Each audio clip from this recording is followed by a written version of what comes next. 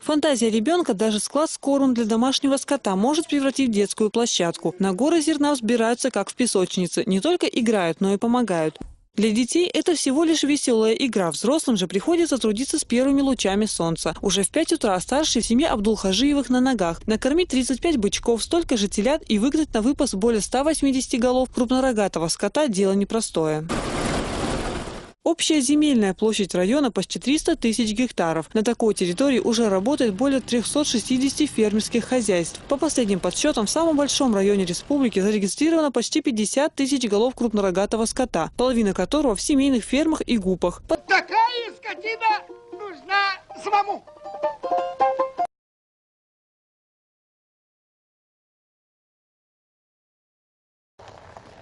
В это трудно поверить, но всего пару месяцев назад на этом месте стоял заросший пустырь. Сегодня здесь современный автоматизированный крестьянско-фермерский комплекс «Джейна». Его построили по поручению главы республики. Производственная мощность одного только птичника составляет 10 тысяч яиц в сутки.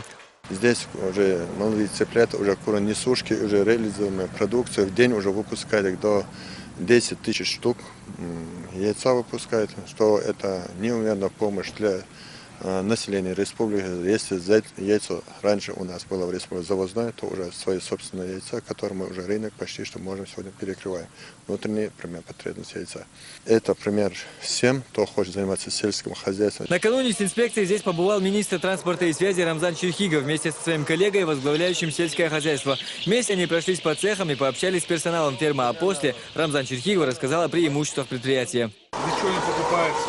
Здесь родительское стадо есть, яйца производят, инкубатор вводят. Закрыто полностью. Помимо этого, предприятие производит мясо крупного и мелкорогатого скота, который откармливают здесь же. Предусмотрены даже специальные помещения для хранения кормов. В будущем фермеры намерены увеличить объемы производства и создать дополнительные рабочие места.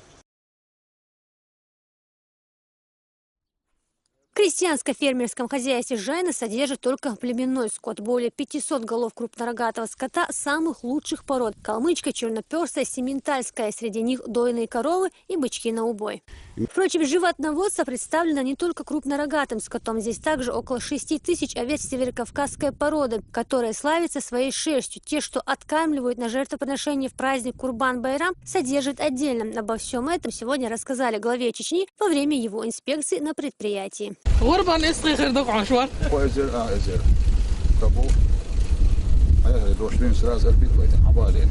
Фермерское хозяйство «Джейна» можно назвать одним из самых крупных и оснащенных на всем Северном Кавказе. Здесь же на территории разводят и лошадей, пока их около 60. Однако в ближайшее время планируется увеличить поголовье всего хозяйства.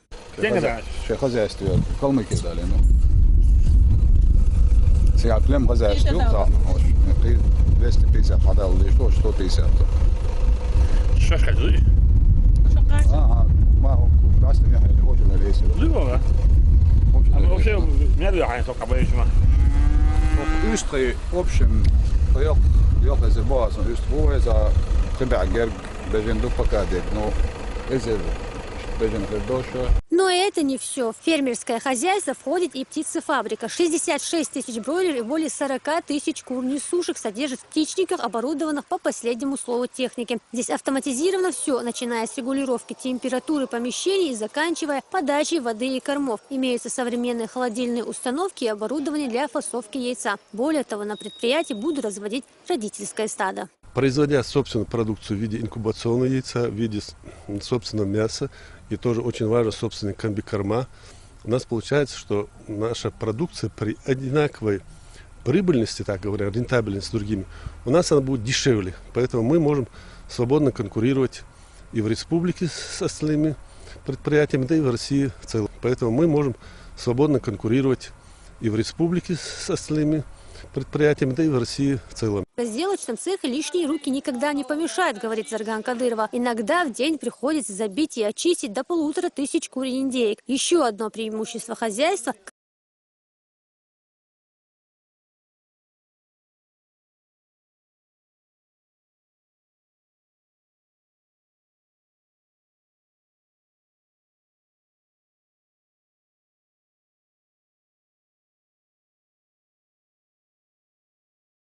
самый юный фермер у нас. Самый юный фермер в России?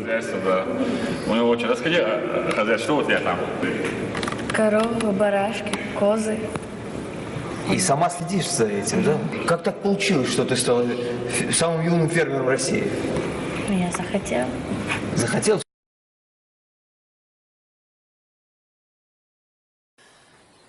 يا أوصل قوتر أشبطه بين هذا المتك بس حيت سليلة أخذ الرمزان بل بيز صويا هذا ديز بول تغل نيك تغلش أخذح وذا يطفون سدح ودل دوق رمزان السلام عليكم بدي كدويانا ويتر ويدو ويتر حقول دل أدم دو طعن روز دير آير ما دولة كمان حقول دل تخلصهم هبو طعن ليش دينا قول استح شبع هكتار يلا قلات تاسر ديسن بجني حرم يري بجن آردوح شنا هينزا تونخ تون سرت حادثة ويتي تكملو نو هين تخويك حالك هدو قصير سويته ويشتا 99 هكتار لاتا شيء دولة داقنا سوت إيه حبجاني قلتلها شا سوت إيه قونا كيرتنا إدول يقرش أشبو أتمنى تعادة تدا متك تبيسين بجن أردا متك تبيسين تعاون تبيسين.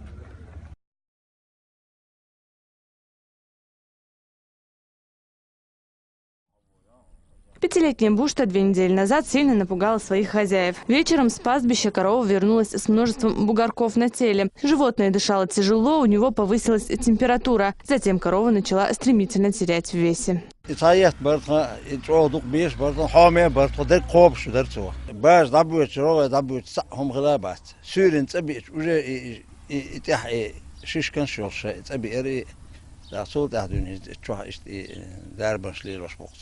إتن ماخذ التلقوه أزلورو ياين هرا هخين إشتوه ألتن. Как оказалось, животное, как и множество коров по республике, заразилось нодулярным дерматитом, в народе называемым бугорчаткой. Инфекция пришла с Африки. В России она появилась только в прошлом году. На сегодняшний день вакцина против вируса не разработана. Больных животных лечат антибиотиками. При выявлении первых признаков у домашнего скота ветеринары призывают незамедлительно обращаться к врачу. У нодулярного дерматита наблюдается и скрытая форма, наиболее опасная для жизни крупнорогатого скота, когда бугорки не выходят наружу, а вырастают вовнутрь. Также у него опухает живот. В таком случае вылечить животное крайне тяжело.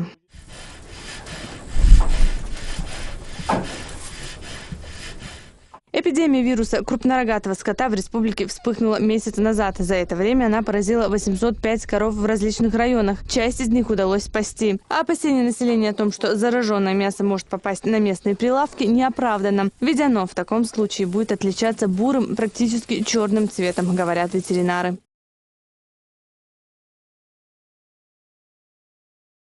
Где давайте уже подберемся к сути моего видео, почему я решил выбрать эту странную тему.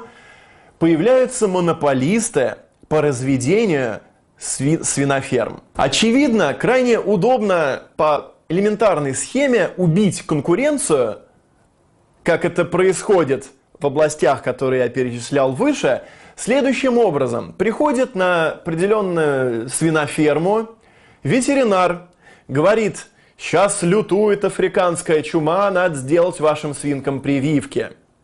Делает свинкам прививки. На следующий день приходит и говорит: ой, ну у вас вспышка африканской чумы, и прививки слишком поздно мы делали. Соответственно, вопрос сразу к ветеринарам, да, которые, я не знаю, за какие 3 копейки они вкалывают свиньям эту заразу, чтобы потом приходить и вычищать все хозяйство. Сначала убивать свиней, потом их просто сжигать, чтобы так называемый карантин соблюсти. Вы ублюдки.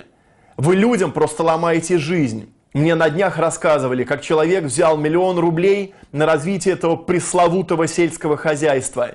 На этот кредит накупил себе много свинюшек, начал их разводить. Все было в порядке, когда он их покупал. Но так как, сейчас я говорю конкретно про Саратовскую и Воронежскую области, там появляется большой-большой агрокомплекс, в котором разводят свиней при поддержке губернатора, в частности губернатора Гордеева. И, конечно же, появляются ветеринары. Приходят, ставят неутешительные диагнозы, свинюшку убивают. Именно убивают в частных хозяйствах. И у этого человека, который взял 1 000 000 рублей кредита, он не может погасить, человек повесился.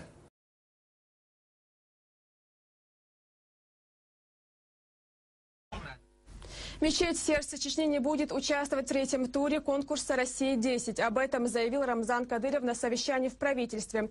Глава республики также отметил, что будет требовать компенсацию за потраченные населением денежные средства за неучтенные СМС-сообщения и призвал всех перейти на сотового оператора «Вайнах-Телеком». И призвал всех перейти на сотового оператора «Вайнах-Телеком».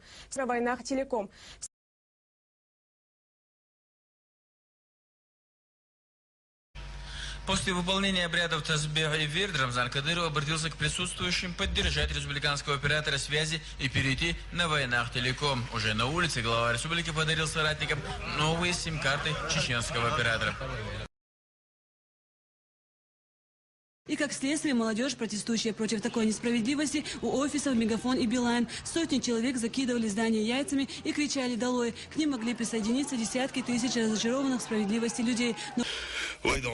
كده استعباط بيربودون نو استعبو ومركح وقوب شوي دون ميجافون بلين сотни тысяч абонентов شو за такая дон и дона и плюс они وقوب شوش يعني зарабатывают большие средства и плюс они над нами издеваются такая дон у нас есть связь Вайнах-Телеком да действительно откатим бачаш хрудут это да дон كده связь очень اس دون республика ха nog zo zeggen dan kijk beleid in microfoon die zijn stil van tucht я не буду отвечать конечно шуга да бог конечно мы должны развивать свою связь вкладывать в республику деньги так сказать тем более у нас сегодня есть для этого причины конечно